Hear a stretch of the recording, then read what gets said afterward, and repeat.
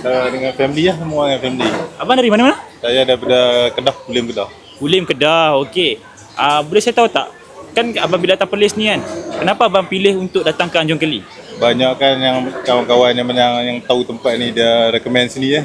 Kira ni atas recommendation lah. Recommendation lah. Okey. Dalam banyak-banyak minum tadi, kan abang rambang mata kan tadi kan, betul tak? Abang pilih minum apa? Saya pilih sup tulang ni. Sup tulang? Sup tulang. Tadi pun sup tulang juga. Okey, sup tulang lah. Ha. Okey, berapa rating abang nak bagi untuk sup tulang? Sup tulang ni kalau antara 1 sampai 10 tu saya bagi dalam 7,5. 7.5. So ada 2.5 lagi lah. Kami boleh upgrade lah, betul bang? Okey. Okey, kalau kata abang ada kawan-kawan yang dekat Kulim ke, dekat mana-mana lah kan, dia nak datang Perlis, abang nak recommend kat mana? Boleh recommend kat sini ya. Okey. Okey, boleh abang cerita sikit tak? Jujur lah, macam mana harga dia? Harga dia mudah sabah lah dengan dia punya menu, dengan dia punya apa cakap, makanan dia macam yang kita tak dapat tempat kita kat sini, kita boleh dapat.